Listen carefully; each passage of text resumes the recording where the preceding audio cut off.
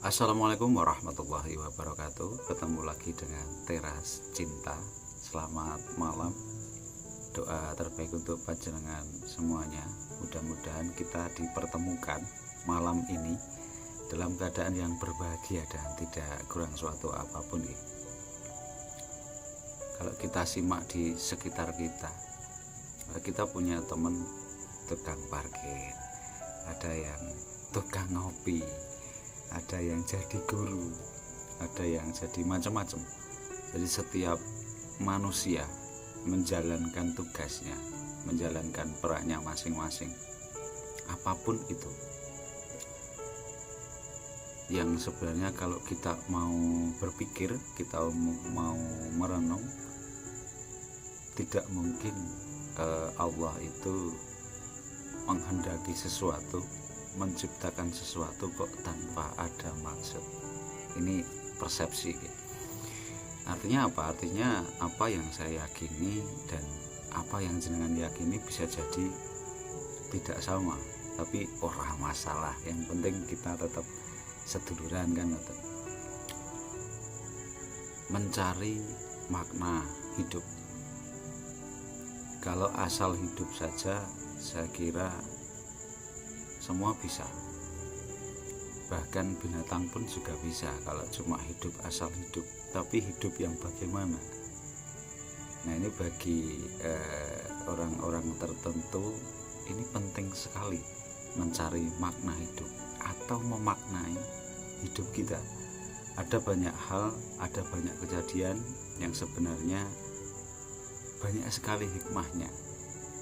Nah, ini dibutuhkan kejelian, dibutuhkan olah rasa untuk betul-betul tahu lebih presisi, tahu lebih detail lagi sebenarnya apa.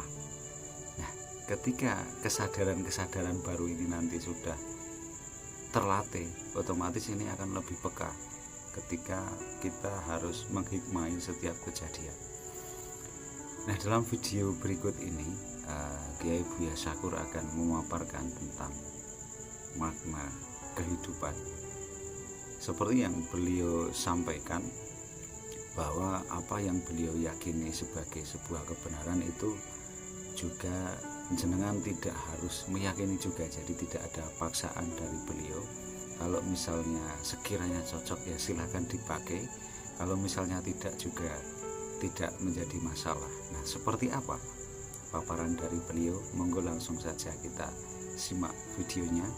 Matur suwun. Wassalamualaikum warahmatullahi wabarakatuh. Rahayu.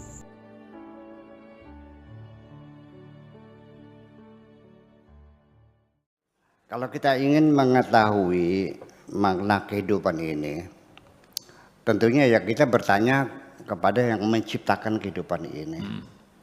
Proposalnya seperti apa? Jadi memang ketika Adam ditempatkan di sorga itu hanya settingan aja.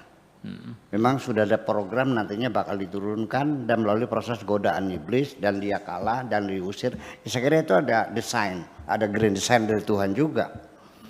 Nah, untuk menerjemahkan makna kehidupan ini kita ambil dari statement Tuhan sendiri ketika kita diusir dari kerajaan sorga itu, yang bunyinya walakum fil ardi mustaqorrun wa mataun ilahin. Jadi satu ada 3 poin. Walakum fil ardi mustaqorrun, bahwa ini adalah sebagai tempat tinggal kita. Wa mataun, dan juga kita akan diberikan kesenangan-kesenangan selama di dunia ini. Tetapi ketika ilahin sifatnya sementara. Bahwa makna kehidupan kita ini sebetulnya kan hanya sementara. Waktunya sangat singkat dan tidak akan terulang lagi. Jadi maknanya kehidupan dunia ini ibaratnya seperti salah satu terminal saja ketika kita dalam perjalanan. Mandek sebentar di halte, setelah itu atau kalau kereta api dari Jakarta ya kita turun di mana ya? Di Hercules ya? Hercules, pulang Jatibarang, baru sampai Cirebon. Ya kalau sebagai tempat pemberian sementara kan hanya untuk untuk menurunkan orang dan menaikkan orang. Paling 5 menit, setelah itu pripit, just lagi jalan. Nah ini kadang-kadang orang tidak mengerti mana kehidupan yang begitu singkatnya, bahkan dikatakan oleh Allah, wa ma amru sa'ati illa kalamhil basar, kehidupan ini hanya sekejap mata. Ini ada orang berhenti di Jatibarang yang ditaksir berapa orang yang turun, berapa orang yang naik, paling-paling hanya 5 menit. Dia membawa jadwal belanja. Pasar. Satu, beli kulkas, beli TV yang apa ya, yang 65 inch tuh, yang baru tuh, yang ada iPhone-nya ya. Ya. Kemudian beli ranjang, beli piring 10 losin, beli baju, orang gila. Jadi artinya kata-kata ilahin itu sekejap, hanya sebentar.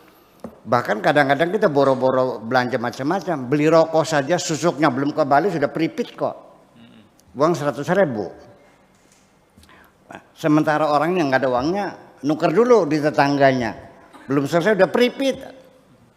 Akhirnya Pak, kita lari uangnya Tinggalan. jadi berapa harganya rokok satu? 100.000. 100.000. Ini kan banyak sekali, belum selesai keburu pulang dulu. Ini banyak sekali orang bikin rumah, ya kan, bekerja susah payah, rumahnya bagus, ya dua tingkat lagi rumahnya, ya sekitar kalau saya taksir ya 1 miliar lah harga rumahnya. Belum jadi, keburu mati dulu. Setelah mati istrinya kawin lagi. Di dalam kubur dia sumpah serapah, kunyuk kamu lihatnya. Rumah kau yang menempati, istriku juga kau peluk lagi kan. Kekecewaan karena kehabisan waktu. Jadi kita harus akui bahwa kita ini ditempatkan di sini. Ya, wa mataun juga ada, kita punya bagian untuk menikmatinya itu. Makanya saya berulang-ulang mengatakan hidup ini sekali. Waktunya sangat singkat dan tidak akan kembali. Yuk kita bangun kebahagiaan untuk kita. Kita nikmati dong, gimana sih? Masa di dunia nangis melulu, ngapain lu? Gitu. Ya kita nikmati semuanya itu. Itu dari mananya. Kemudian yang kedua adalah tentang tujuannya apa. Nah tujuannya ya jelas dong. Bahwa Allah sendiri yang menjelaskan tujuannya apa. Ya. Ma khalaqtul jinna wal insa illa liya'budun. Aku ciptakan jin dan manusia itu tidak lain tujuannya adalah untuk melakukan pengabdian. Nah orang Arab, orang Taiwan kirim visa sama orang Indramayu TKW, dikirim visa, dikirimi tiket. Sana suruh apa? Suruh main-main gitu? Suruh tidur? Ya enggak. Suruh masak, suruh nyuci, suruh ngepas, suruh nyetrika, suruh ngurusin anaknya, mungkin juga ngurusin bapaknya yang jompo di sana. Itulah tugas dia. Dengan janji sebulan gajinya 8 juta. Kalau di Korea 25 juta ya di pabrik tuh. Nah kita juga sama. Tidak mungkin Tuhan menyuruh kita kecuali Tuhan memberikan fasilitas.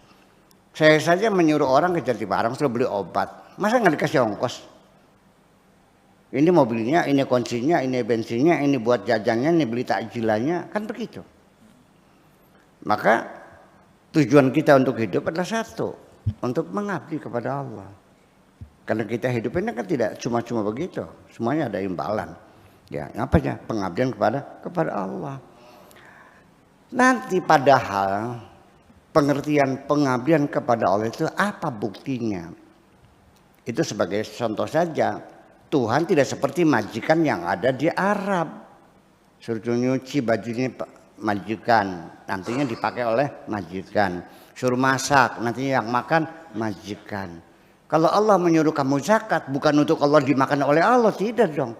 Bahkan justru pada akhirnya semua kebaikan-kebaikan yang kau lakukan pada akhirnya akan kembali kepada dirimu sendiri.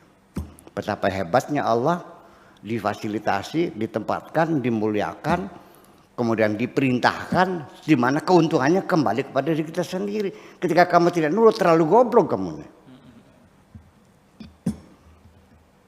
Iya kan? Kita satu contoh saja di kebun jeruk kita. Ini baru saya kasih percontohan Pak Edi. Dia Baing itu ngurusin kebun jeruk saya. Baing jeruk. Tetapi saya fasilitasi ini sekitar 300 tombak bata ini buat kamu. Ya kan? Hasilnya 100% buat kamu, silahkan.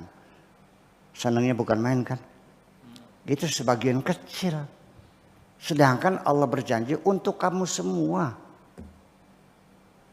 Wa in ahsantum li anfusikum. Ketika engkau berbuat baik itu kembali kebaikannya kepada dirimu sendiri kok. Nah, itu. Jadi tujuannya adalah untuk pengabdian. Kemudian apa itu? Nilai kehidupan. Nilai kehidupan. Ya kalau kita masalah nilai kehidupan secara pengertian dari sisi psikologis, sosiologis, antropologis, dari mendekati sisi ya nilai kehidupan itu ya tidak lebih sesuatu yang nilai itu value ya atau price ya, value ya. Ya, artinya apa yang kita rasakan. Bahwa nilai sesuatu itu akan tergantung bagaimana kita mengapresiasinya. Sesuatu itu akan berharga nilainya bagi orang yang paham. Kalau orang, nih, Pak Tato ini kan dosen ya, tapi nggak paham berlian kan? Enggak. Ketika melihat berlian nggak paham, paling-paling dianggapnya beling. Dilempar-lemparin lagi. Hidup juga begitu.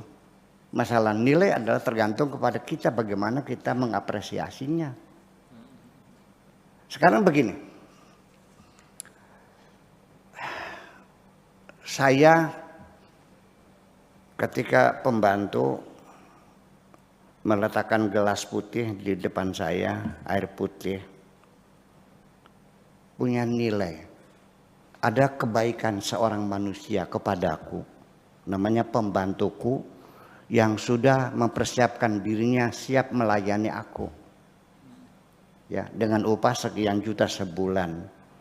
Saya tidak akan melihat itu sebagai babuku dan itu kewajiban. Begitu dia naruh gelas depan saya mesti mengucapkan terima kasih. Tetapi ketika Anda menilainya babu dibayar, itu tugas dia, sulit Anda mengatakan terima kasih kepada pembantumu itu. Ya kan semacam itu. Anda tidak akan tahu maknanya bokong, nilainya berapa bokong nih. Saya baru paham nilainya bokong ketika saya kena udun, kena bisul. Sampai 2 bulan nggak bisa duduk lempeng. Ya Allah nikmat banget. Jadi artinya seperti itulah. Jadi tergantung pada pengalaman. Kemudian apa itu? Tentang apakah derita? Ya memang mesti.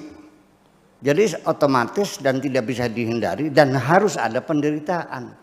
Harus ada kesulitan.